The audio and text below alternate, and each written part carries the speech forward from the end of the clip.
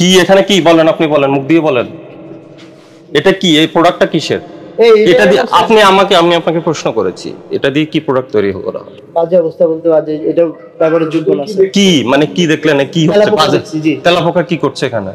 তো বিচরণ করছে। তো এটা কি হওয়া উচিত ছিল? না, হওয়া উচিত ছিল না স্যার। আপনি বললেন এই যে আপনি শেভিং ফোম তৈরি করেন না, আমরা কিন্তু পেলাম এই শেভিং ফোম লেখা, এই ডেন্টো সেভ, এরপর ডক্টর প্লাস, বিভিন্ন ব্র্যান্ডের, এই যে এনামেল প্লাস।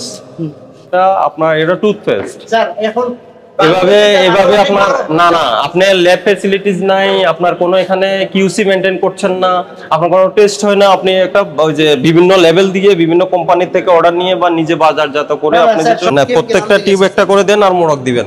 মোড়ক এবং টিউব আপনার 6 এখন দেন, 6-7 ধরনের পেয়েছি, এগুলা দেন।